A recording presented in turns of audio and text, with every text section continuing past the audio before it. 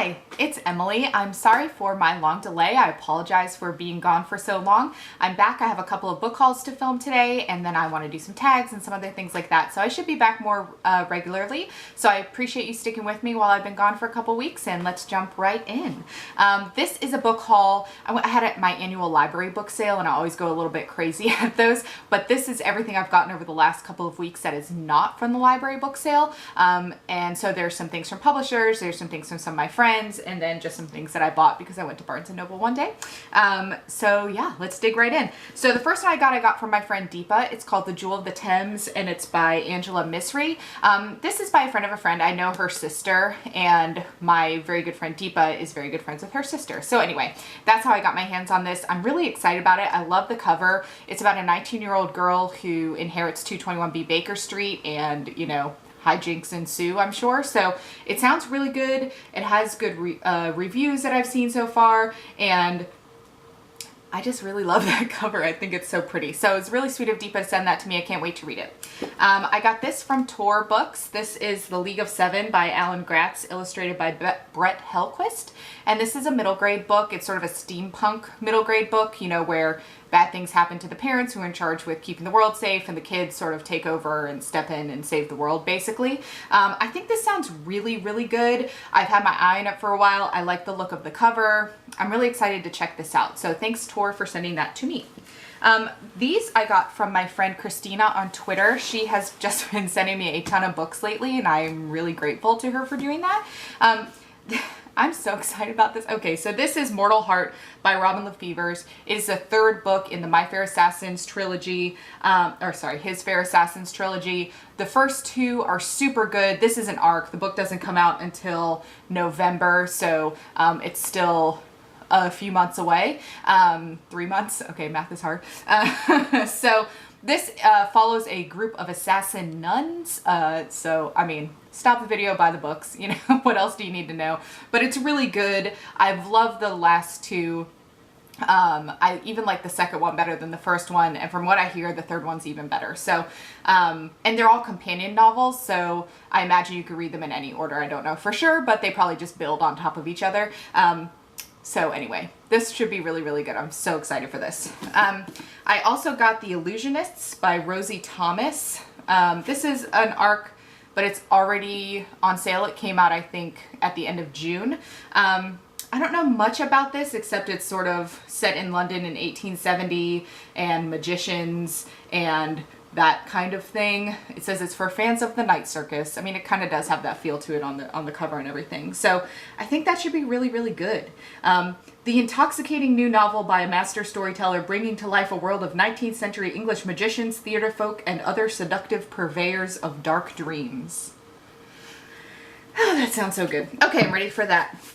This is Till the Well Runs Dry by Lauren Frances Sharma. This is adult lit. It seems like it's a female-driven book, but I really don't know that much else about it. Multi-generational, multicultural saga that sweeps from the 1940s through the 1960s in Trinidad and the United States. It sounds very good. I have a friend who read it already. She borrowed it from me and read it already and said it was good and sad. So I'll have to be in the right mood for this one. But I thought the cover was just really, really pretty, and I'm excited to dig into that one. And then she sent me The Pilgrims by Will Elliot. I really know just about nothing about this one, but the blurb when I looked it up said, imagine if you fell into a world where the Wizard of Oz meets a Game of Thrones, which, I don't know. Is that like a portal fantasy into Westeros or something like that? I mean, that sounds horrifying. But anyway, the cover makes it look like a book I would like. She wasn't going to read it and offered to send it to me, and I gratefully accepted. So I'm really looking forward to this. Sorry I can't tell you much more about it, but it sounds quite good. It must be a portal fantasy, just looking at this. I think it is a portal fantasy. I like those, like the Narnia type of thing where you find a different world and that. So I like portal fantasy, so we'll see how that goes. I got this one from winning a giveaway on my friend Lindsay's Twitter, and I'll link everybody below. This is Open Road Summer by Emory Lord. I think I actually got it a little while ago and just forgot to haul it, so when I saw it today I was like, oh, let me show it in this. I've heard really good things about this. This is kind of a, you know, summertime YA read where she's best friends with, it seems kind of like a Taylor Swift character or something, and she goes on the road with her and falls for the opening act or something. That's really all I know about it. But the combination of music and YA and romance can be something that I'm in the mood for every now and again, so I think this will be good when I read it. And then I went to Barnes & Noble, and they had some actually really good things on the buy two get one free table, which really rarely happens. So I bought a bunch of stuff for that. I went there for this, which is Oliver and the Seawigs. I had this on NetGalley, and I know I downloaded it, but then when I went to look for it, I couldn't find it, and I had really been looking forward to reading it. It's sort of a late children's, early middle grade book about a boy whose parents disappear, and he has to go rescue them, and along the way he meets like a mermaid and other fantastical creatures, and it was really enjoyable. The illustrations were great, and I had just really been looking forward to this. I've already reviewed it on my blog, so I'll link it down below if you're interested in a more fulsome review on it. It was very enjoyable. It was fun characters. I had a few quibbles with it, but overall a really fun read, and I think it would be really fun to read aloud if you have kids or anything like that.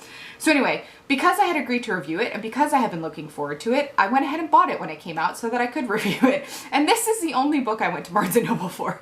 And then everything else happened. I got Fortunately the Milk by Neil Gaiman. This I bought to read to my son, and he really enjoyed it. And so did I. It was a really fun read aloud. It didn't take that long. It's really short and it has good illustrations. It's about a father goes to the grocery store to buy milk for his kids' breakfast, takes forever coming back because dads, you know, get caught up, and instead of just fessing up, he invents this whole story about time-traveling dinosaurs and pirates and aliens and everything, and it's really fun.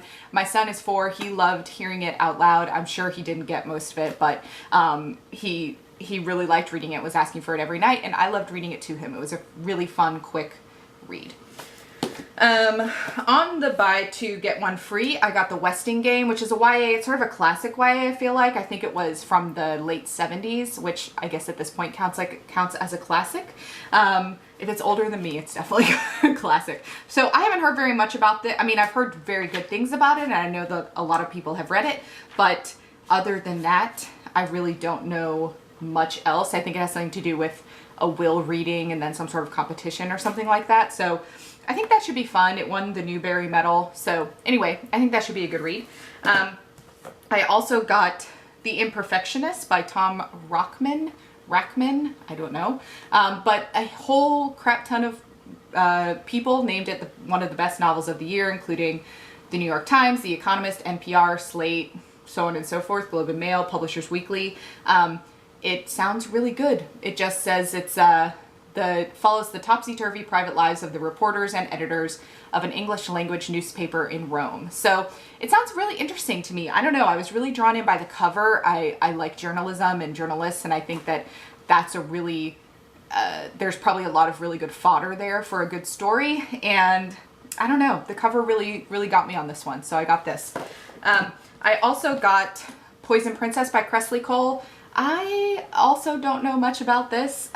It's the first one in the Arcana Chronicles, an electrifying mix of page-turning post-apocalyptic adventure and sizzling romance. So that sounds good.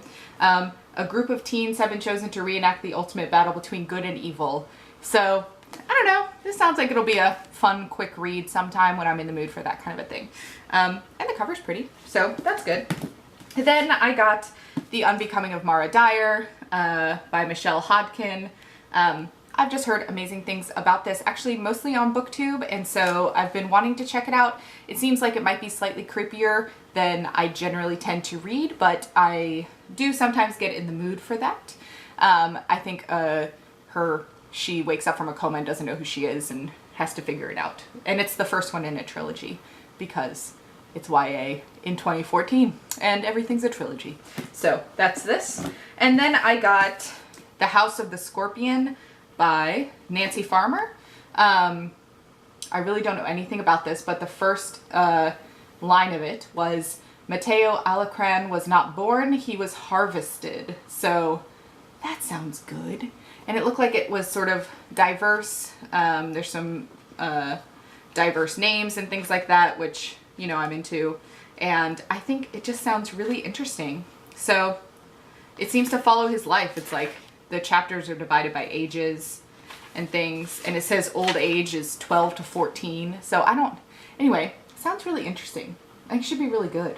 And apparently there's a sequel, because of course there is. But yeah, look, it all won all these awards. So, I mean, yeah, good, excellent, I'm excited.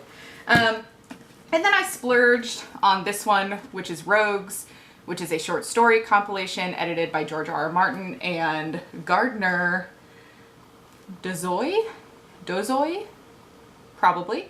It has short stories by Joe Abercrombie and Gillian Flynn and Neil Gaiman and Scott Lynch and Garth Nix and George R.R. Martin and Sherry Priest and Patrick Rothfuss and Lisa Tuttle and Connie Willis and a gazillion fantasy authors that I'm interested in.